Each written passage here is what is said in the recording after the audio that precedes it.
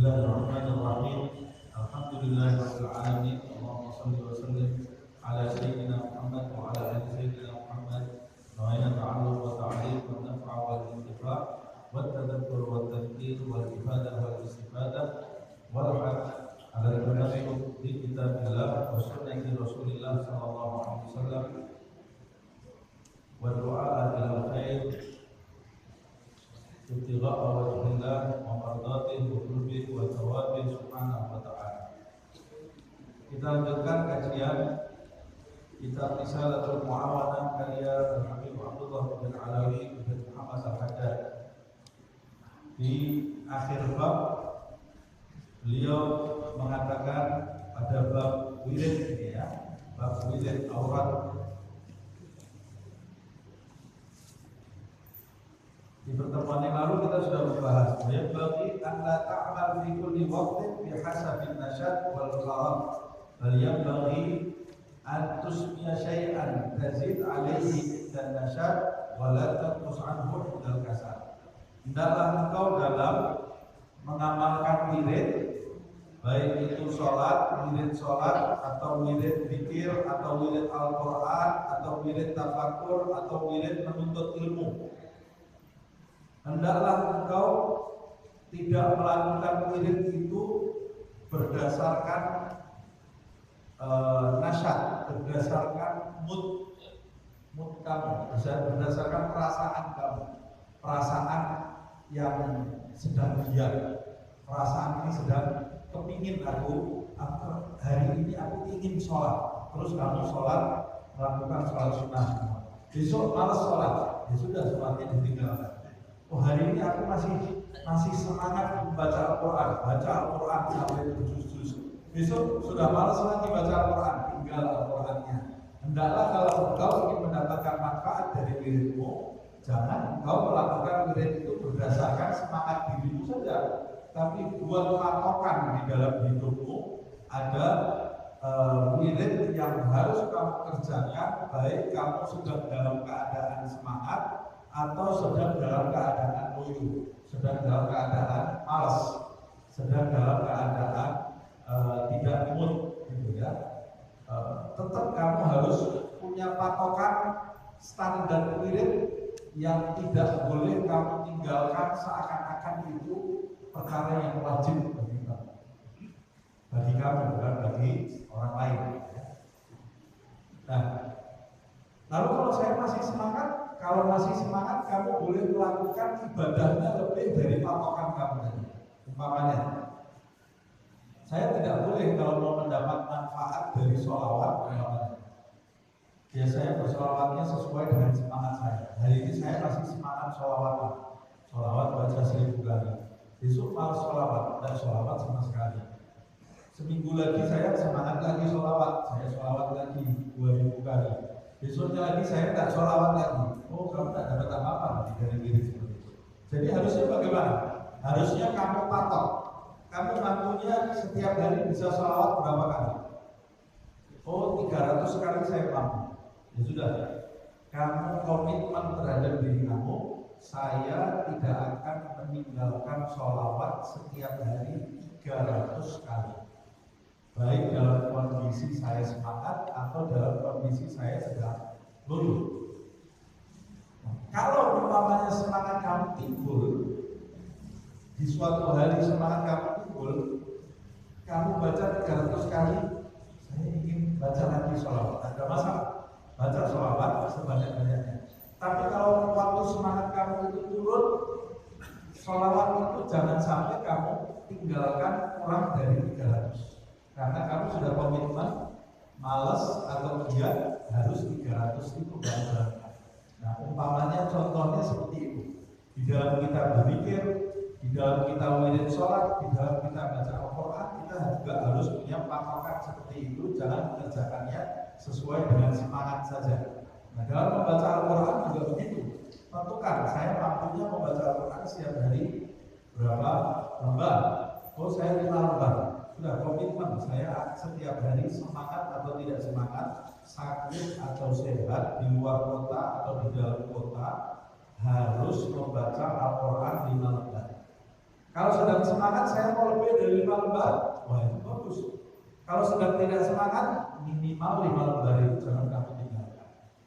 Nah, dari situ nanti kamu akan mendapat manfaat dari wirid yang kamu kerjakan itu sehari-hari. Wa'alam, ketahuilah di paragraf terakhir halaman 60 ya. Annal musara'ata ilal khairati wal muhafadzata 'ala al-ibadati wal mudawamata 'ala ta'ati da'bul anbiya'i wal awliya'i fi bidayatihim wa nihayatihim. Ketahuilah sesungguhnya bergegas menjalankan perbuatan baik, menjaga ibadah dan melanggengkan perbuatan taat itu adalah kebiasaan para nabi dan para wali di permulaan mereka saat melakukan perjalanan rohani dan saat mereka sudah sampai puncak, kebiasaannya tidak berubah. Nah, apa kebiasaannya para wali dan para nabi? Satu, musyawarah ilal khairat, bergegas melakukan perbuatan baik, tidak menunda-nunda. Nah, ini kalau kita mau mencontoh hidupnya nabi, mencontoh hidupnya wali, ini hidup mereka seperti ini. Satu, bergegas melakukan perbuatan baik. Kalau ada perbuatan baik, mereka tidak pernah taswif, menunda-nunda. Oh besok aja, besok, nanti. Itu bukan kebiasaan para wali dan para nabi. Jadi kalau para wali dan para nabi itu langsung melakukan perbuatan baik, bukan tergesa-gesa, tapi bergegas melakukan perbuatan baik. Yang kedua, kebiasaan mereka wal muhafadzata 'ala ibadah, menjaga ibadah mereka. Maksudnya menjaga ibadah, mereka bukan bergegas melakukan amal taat atau perbuatan baik begitu saja kemudian menjalankan ibadahnya sekenaknya saja, enggak. Tapi mereka pada saat melakukan ibadah, mereka itu melakukan ibadah tadi dengan penjagaan. Penjagaan itu bagaimana? Menjaga rukun-rukunnya supaya benar, menjaga syarat-syaratnya supaya benar, menjaga ibadah dari riya, dari ujub, dari hal-hal yang bisa merusak nilai ibadah tadi, termasuk juga menjaga kehadiran hatinya saat melakukan ibadah. Itu merupakan kebiasaan para wali dan para nabi. Jadi kalau dia membaca Al-Quran, ya dia membaca Al-Quran dengan sungguh-sungguh.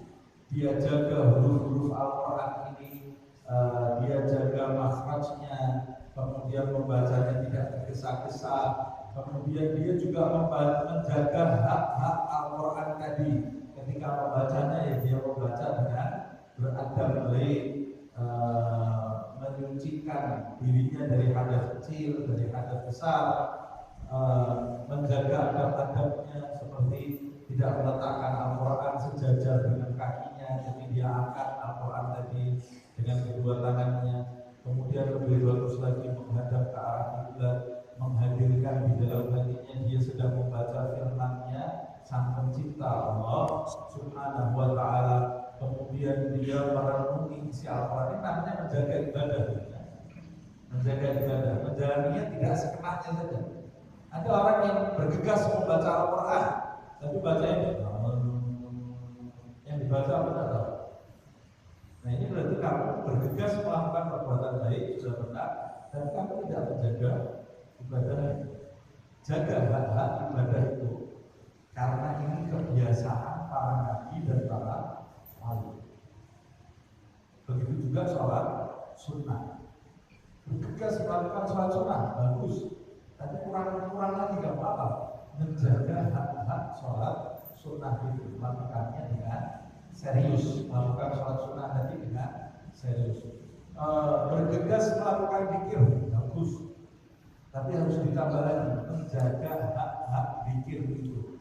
Zikir itu ada tata caranya, ada adab-adabnya yang harus kamu jaga, dan ini sudah kita bahas di pertemuan yang lalu. Nanti mungkin ada pembahasan khusus di depannya. Pertama, bergegas melakukan perbuatan baik. Kedua, kebiasaan mereka menjaga ibadah. Ketiga, wal mudawamati 'ala ta'at, melanggengkan amal taat. Jadi mereka istiqomah dalam melakukan itu. Istiqomah. Jadi mereka itu istiqomah melakukan amal taat, istiqomah dalam bergegas mengejar amal baik, dan istiqomah dalam menjaga ibadah, dan istiqomah pula dalam melakukan amal taat yang lain. Nah, istiqomah ini yang paling berat. Ya. Jadi yang dimaksud istiqomah melanggengkan ibadah itu bagaimana? Istiqomah melanggengkan ibadah itu kamu istiqomah tidak menunda-nunda ibadahmu, dan istiqomah menjaga hak-hak ibadahmu, dan istiqomah terus-menerus melakukan ibadah tadi secara kontinu di dalam hidup. Itu yang namanya istiqomah dalam ketaatan. Kalau saya umpamanya istiqomah baca Al-Quran, tapi setiap baca Al-Quran saya seenaknya saja baca Al-Quran.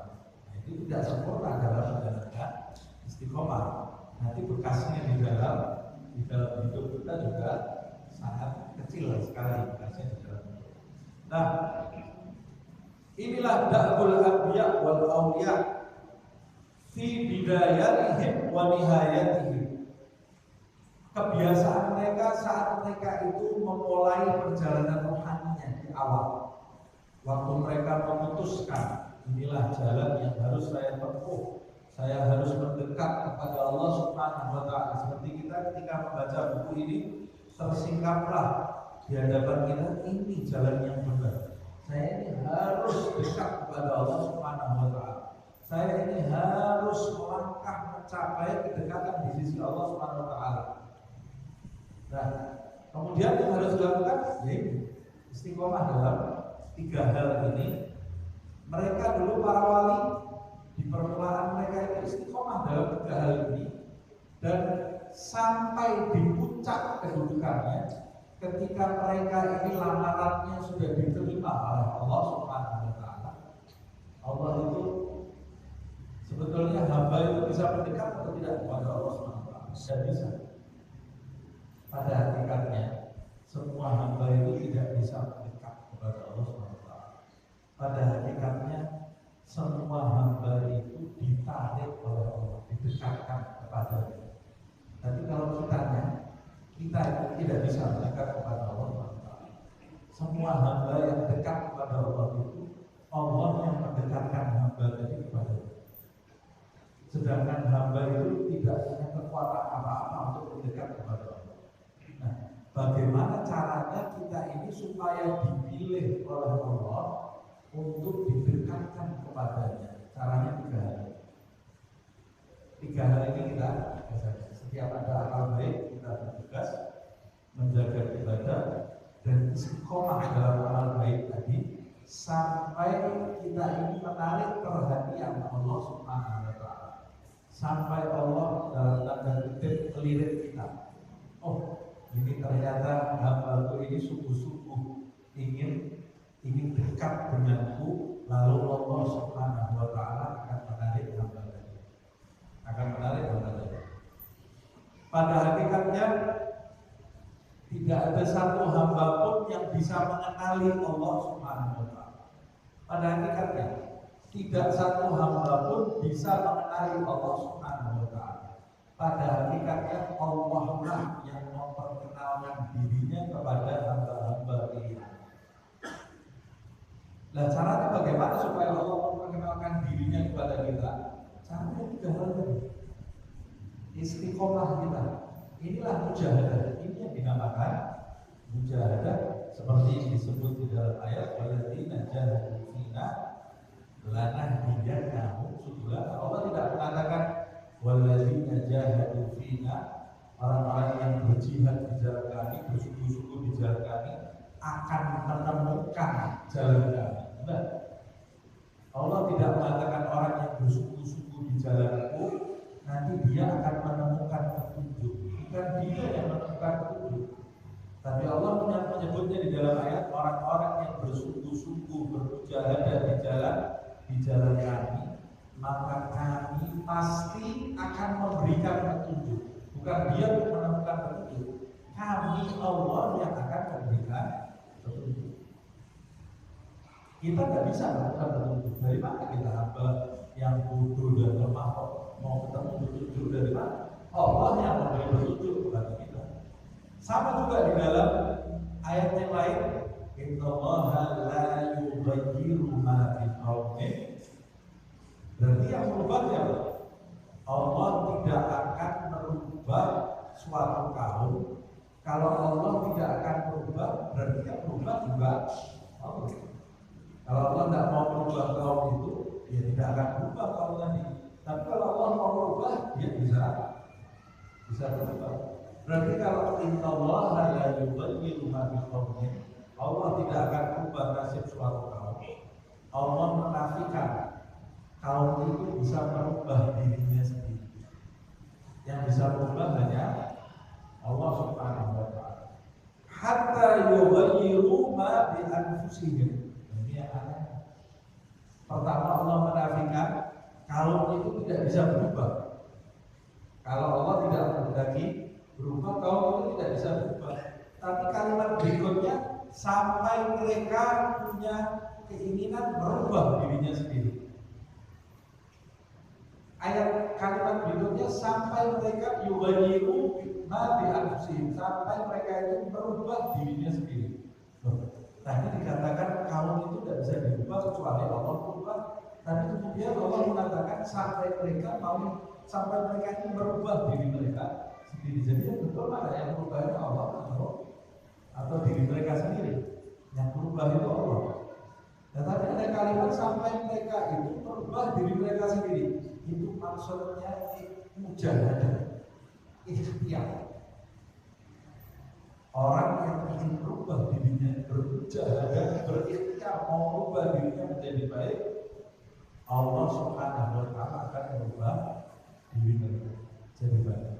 Orang yang tidak berusaha, mau santai saja, dengar baca kitab ini, aduh capek, enak, makan, tidur, enak, suruh sholat berjamaah, males sholat berjamaah, sholat sunnah, males ya, suruh baca Al-Quran, males ya sudah kamu gitu terus sampai nanti. Tapi nanti kamu begitu terus, tidak akan ada perubahan di dalam hidupmu. Karena Allah tidak melihat kamu itu menginginkan perubahan baik di dalam diri. Nah ini kita tidak bicara orang awam secara umumnya ya. Kita kalau baca kitab ini kan mau mencari kedudukan di sisi Allah. Kalau mau hidup biasa-biasa saja, sholat sunnah itu sudah bagus. Tapi kalau mau mencari kedudukan ya kita harus mujahadah. Sama seperti di ayat yang lain, wa ma ramaita id ramaita walakin Allah rama. Ini sudah pernah kita bahas pertemuan yang lalu kan. Allah berbicara kepada Nabi Muhammad SAW, wa ma ramaita id ramaita. Aneh kan? Hai Muhammad, kamu itu bukan kamu yang melempar saat kamu melempar. Mana yang betul? Nabi Muhammad itu diakui melempar oleh Allah, bukan? Waktu Rasulullah melempar tanah ke arah musuh di saat peperangan.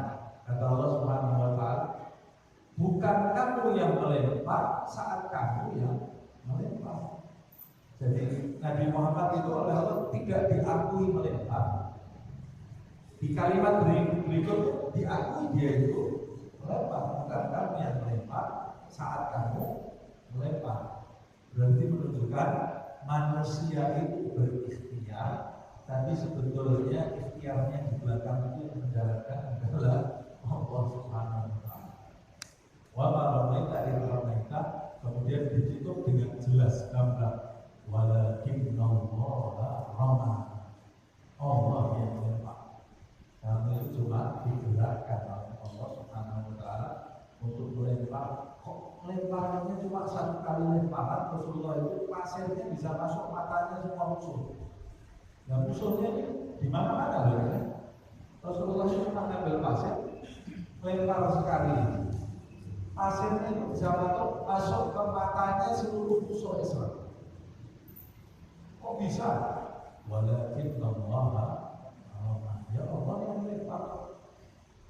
Allah itu cuma menjalankan Nabi Muhammad Sallallahu Alaihi Wasallam. Nah, jadi pada hakikatnya kita ini tidak bisa mengenali Allah kalau Allah tidak mengenalkan dirinya kepada kita. Syaratnya ya kita harus mau merubah diri kita, merubah cara hidup kita seperti Dabul Anbiya wal Awliya. Kalau kita mau jadi wali, ya kita harus mencontoh Dabul Awliya wal Anbiya. Dabu itu kebiasaan, artinya kebiasaan. Li'annahum, nah inilah cara yang paling benar mencapai Allah. Kalau kita mau berhasil buat tambak ikan A, ya kita contoh kebiasaannya orang-orang yang sukses dalam membuat tambak itu. Nanti kita bisa sukses kayak gitu. Oh saya mau sukses buka toko online, ya kamu pergi ke orang-orang yang sukses buka toko online itu, kamu belajar sama dia. Sekarang kan ada ya pelajaran-pelajaran itu. Kalau mau berhasil di bidang ini, kita dapat bayar lagi, bayar gitu. Ikut pelajaran-pelajaran itu, pelatihan gitu. Karena kita ingin sukses seperti mereka, kita bayar ikut pelatihan. Ini tidak pakai bayar, enak, sudah ada jalannya, tinggal dicontoh, tidak pakai bayar. Dan kalau kamu mau sukses di bidang akhirat, punya kedudukan di bidang akhirat, ya kamu harus ikut pelatihan mereka yang sudah mencapai kesuksesan di bidang itu. Siapa itu mereka? Anbiya wal Awliya. Kenapa kok saya harus ikut mereka? Ya kalau kamu buat jalan sendiri, belum tentu kamu itu bisa berhasil. Ikuti jalannya orang yang sukses itu. Kenapa? Sebab mereka yang paling tahu di bidangnya. Orang yang sukses ternak ayam, ya dia itu yang paling tahu di bidang ayam. Orang yang sukses ternak kambing, ya dia itu paling tahu di bidang kambing. Kamu jalan kanan sendiri. Kalau kamu mau ternak kambing, belajar sendiri caranya, buang waktu kamu belajar, ambil ilmunya dia, jadi kamu cepat bisa sukses. Untuk kita sebentar. Nah kalau kamu mau sukses di bidang akhirat, jangan nyari-nyari sendiri, kamu buang waktu untuk kamu terus berjalan nyari sendiri, belum tentu betul lagi yang kamu jalankan. Jadi apa yang harus kita lakukan? Contoh kebiasaan para nabi dan para wali. Makanya dia mengatakan li'annahum a'raful khalqi billah. Sebab mereka para nabi dan para wali itu adalah makhluknya Allah yang paling kenal dengan Allah. Yang paling kenal dengan Allah itu ya mereka itu. Kalau kita cuma ngaku-ngaku kenal saja, saya kenal dengan Allah, saya tahu kebenaran, itu asumsi kamu, belum tentu benar. Yang kamu pahami tentang Allah itu belum tentu benar. Karena pengenalan terhadap Allah Subhanahu wa taala bukan secara teori, bukan teoritis, tapi ilmu yang masuk ke dalam hati yang jernih, yang bersih. Yaitu ilmunya para wali dan ilmunya para nabi. Mereka itu profesor akhirat, dosen akhirat yang harus kita belajar kepada mereka. Fala jarama kanu a'baduhum wa atwa'uhum wa akhsyahum lahu azza wa jalla. Ketika mereka itu tergolong orang yang paling mengenal Allah Subhanahu wa taala di alam semesta ini, maka tidak heran kalau mereka itu menjadi hamba yang menjadi makhluk yang paling menghamba kepada Allah, yang paling taat kepada Allah, dan yang paling tunduk kepada Allah Subhanahu wa taala. Makhluk yang paling taat kepada Allah ya mereka itu. Di antara para wali dan nabi yang paling taat kepada Allah siapa? Para nabi. Para nabi di atasnya para wali dulunya. Di antara nabi ada rasul. Mana yang paling taat, nabi atau rasul? Para rasul lebih taat kepada Allah Subhanahu wa taala. Rasul itu kedudukannya di atas nabi. Di antara rasul-rasul Allah Subhanahu wa taala siapa yang paling taat? Ulul azmi. Itu lebih kenal Allah Subhanahu wa taala. Di antara ulul azmi siapa yang paling taat kepada Allah? Nabi besar Muhammad sallallahu alaihi wasallam. Di antara seluruh makhluk Allah Subhanahu wa taala, manusianya, jinnya, malaikatnya, semua makhluk ciptaan Allah, siapa yang paling kenal Allah? Muhammad sallallahu alaihi wasallam. Karena dia adalah manusia yang paling mulia di antara seluruh ciptaan Allah Subhanahu wa taala. Nabi Muhammad sallallahu alaihi wasallam. Makanya kata Rasulullah SAW, wa ana atqakumullah, aku adalah hamba yang paling bertakwa kepada Allah Subhanahu wa taala. Inna akramakum indallahi atqakum. Ayat itu sedang menjelaskan Nabi Muhammad itu adalah makhluk Allah yang paling mulia. Karena yang paling takwa adalah Nabi Muhammad sallallahu alaihi wasallam. Inna akramakum indallahi atqakum. Yang paling takwa siapa? Nabi Muhammad. Berarti yang paling mulia adalah Nabi Muhammad sallallahu alaihi wasallam. Fa inna iqbal al-'abdi 'ala rabbih wa ibadatihi lahu 'ala qadr mahabbatihi lahu. Kenapa kok kesimpulannya seperti ini? Mereka ini yang paling menghamba, paling taat, paling tunduk kepada Allah. Sebab penghadapan seorang hamba kepada Tuhannya pada saat dia menghamba kepada Tuhannya, pada saat dia beribadah. Orang itu saat beribadah, waktu kita sholat, kita itu ngadep Allah atau tidak? Belum.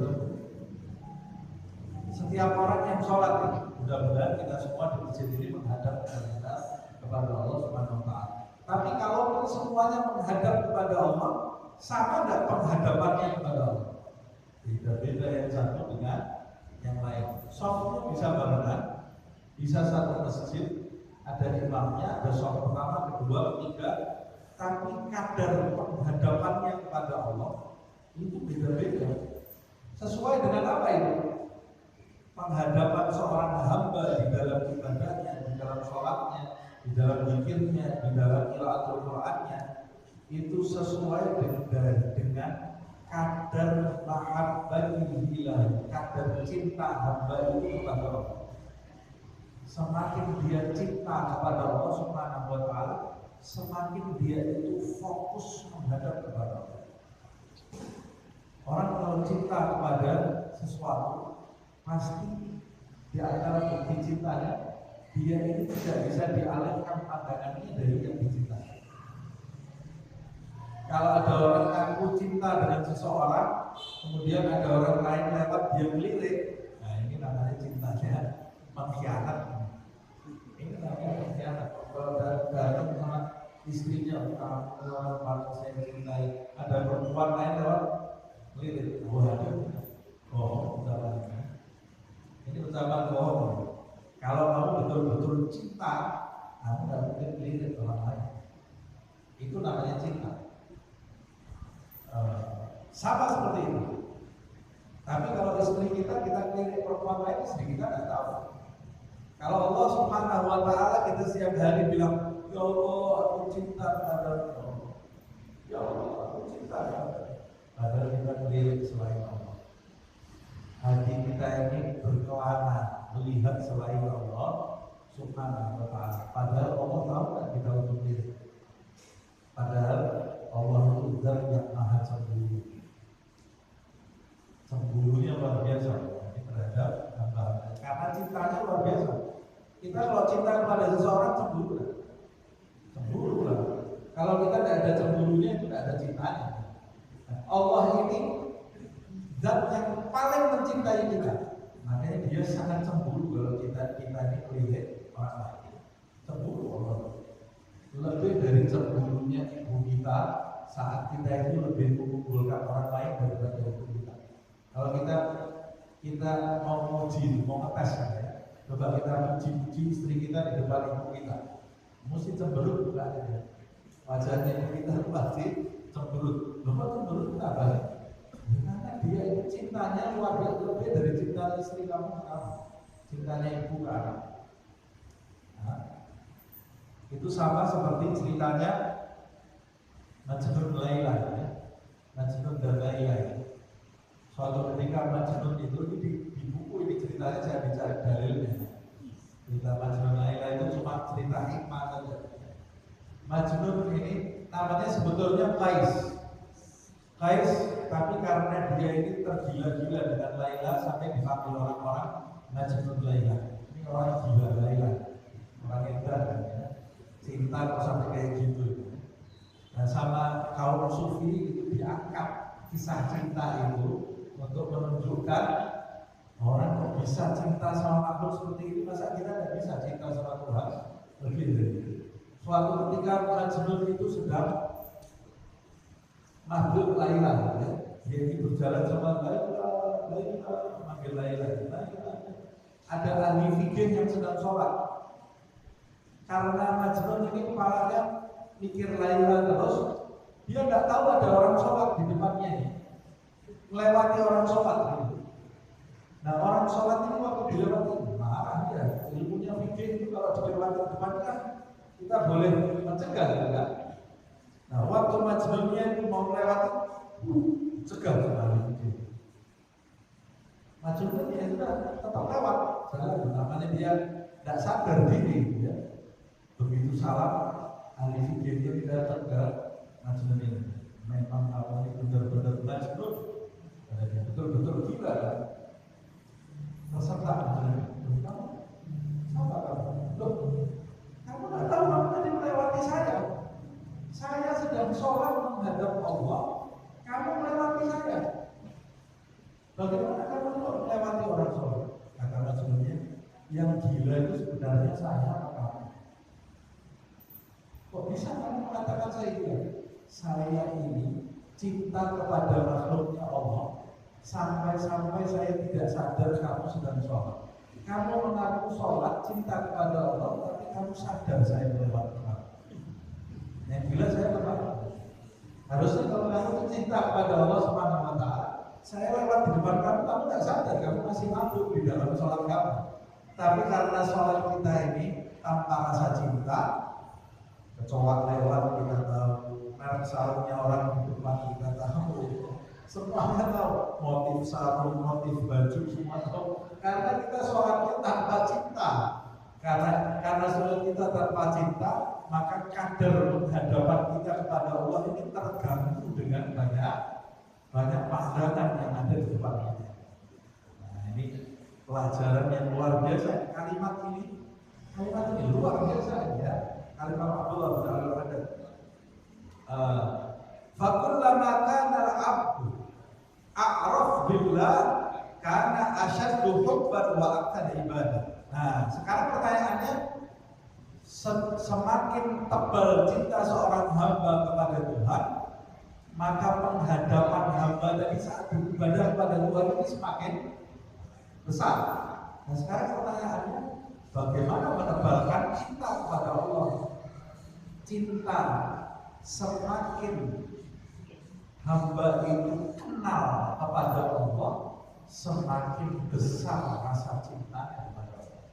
Jadi urut-urutannya, pertama itu mengenali Allah dengan pengenalan sebenar-benarnya, bukan secara teori, menyucikan hati yang benar, menjalankan 3 hal ini, sampai kita kenal kepada Allah Subhanahu wa Ta'ala dengan pengenalan sebenar-benarnya, lalu timbul mahabbah.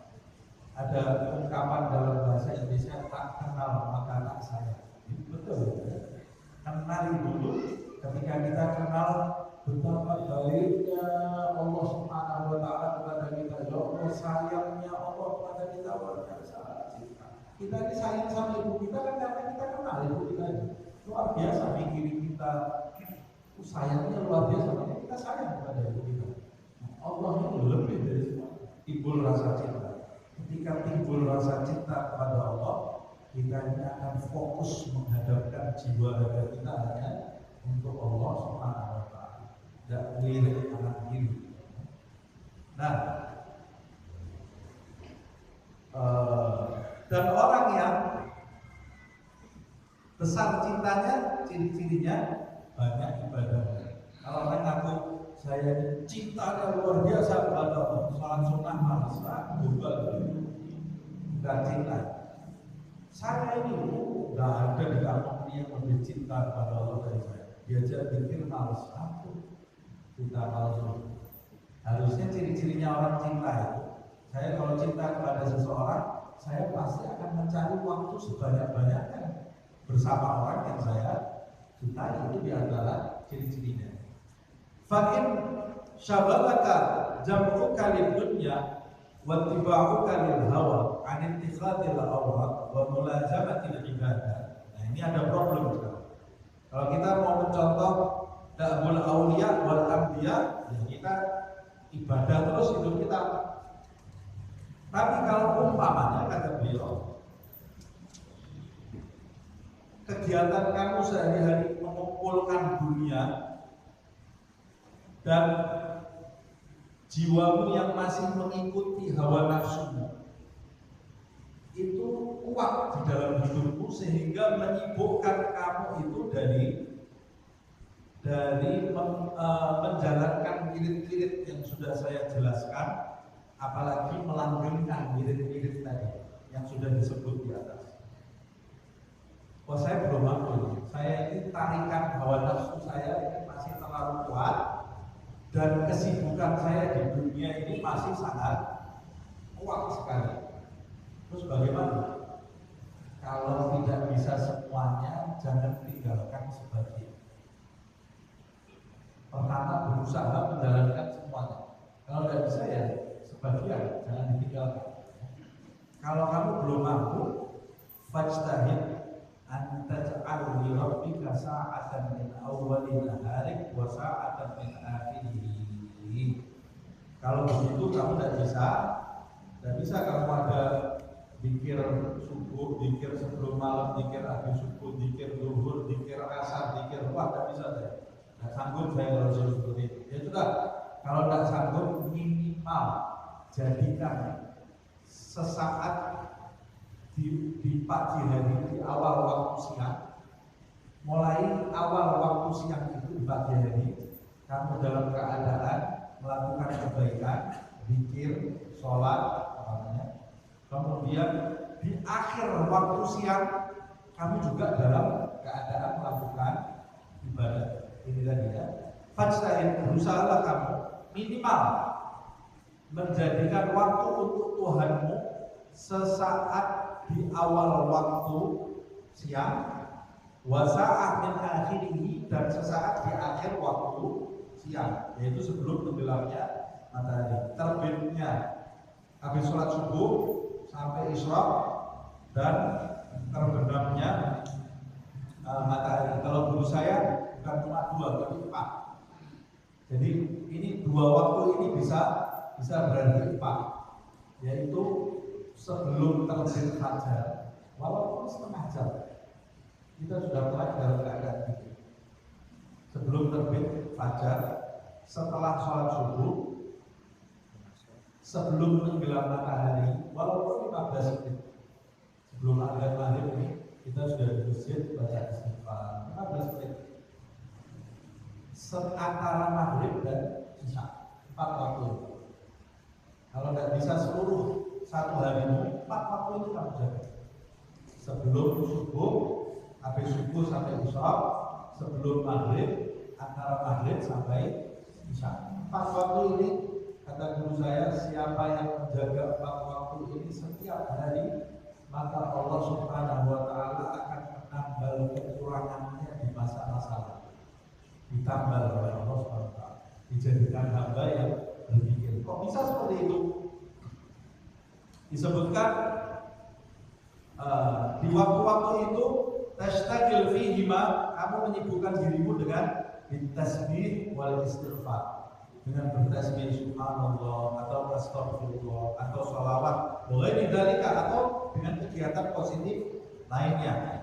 Min anwa'i ta'at, kegiatan taat lainnya juga boleh, misalnya sholawat, mau membaca Al-Quran atau membaca kitab atau membaca hadis Nabi Muhammad SAW. Pokoknya kegiatan positif yang kamu lakukan di empat waktu ini.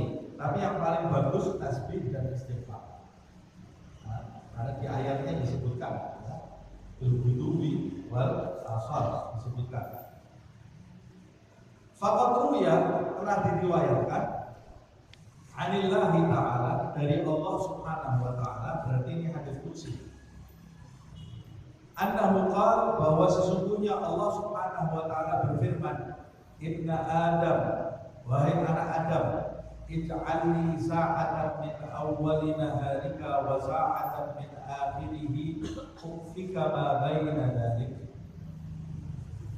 Hai anak Adam, jadikan untukku, sediakan waktu untukku di awal waktu siang dan di akhirnya, maka aku akan mencukupimu di antara kedua waktu tersebut. Ya, ini saya selesaikan tinggal sedikit gitu ya. Wa warada anna sahifatal abdi idza uridat 'ala Allah azza wa jalla min akhir kulli yaumin. Diriwayatkan bahwa lembaran kitab seorang hamba ketika setiap harinya disodorkan oleh Allah, disodorkannya di awal hari. Jadi lembaran kitab amal kita ini setiap hari, setiap awal hari disodorkan kepada Allah Subhanahu wa ta'ala. Fa in kana fi awwaliha wa fi akhiriha khair.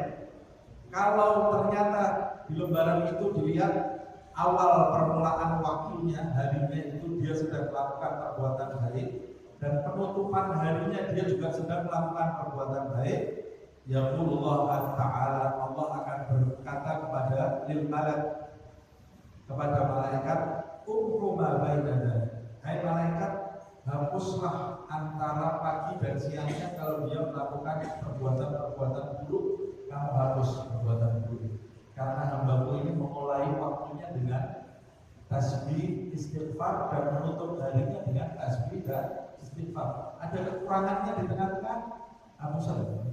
Malaikat kalau disuruh hapus, ya hapus. Tidak mungkin protes kepada Allah Subhanahu wa ta'ala. Wa dzalika min fadlillahi 'alaina wa 'alan nas. Ini termasuk anugerah Allah Subhanahu wa ta'ala kepada kita dan kepada umat manusia. Walakin aktsarun nasi la yashkurun.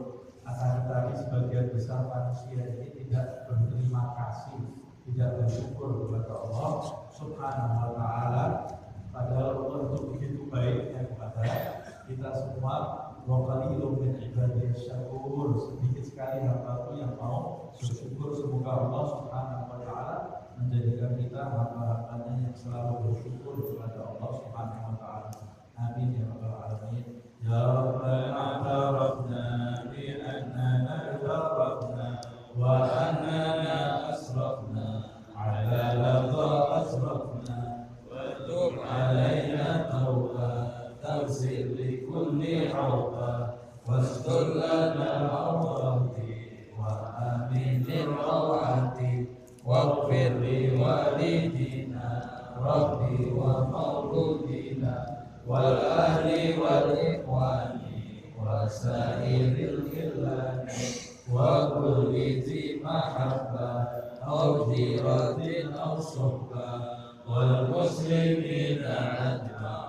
Amin rabbi isma' fadlan wa judan manna la biktisabin minna bil mustafa rasuli nahda bi kulli suri bil mustafa rasuli nahda bi kulli suri bil mustafa rasuli nahda bi kulli suri sallallahu wa sallam rabbi alaihi hatta hamdi wa alihi wa sahbihi adada tashrifi walhamdulillahi بالبدء والثناء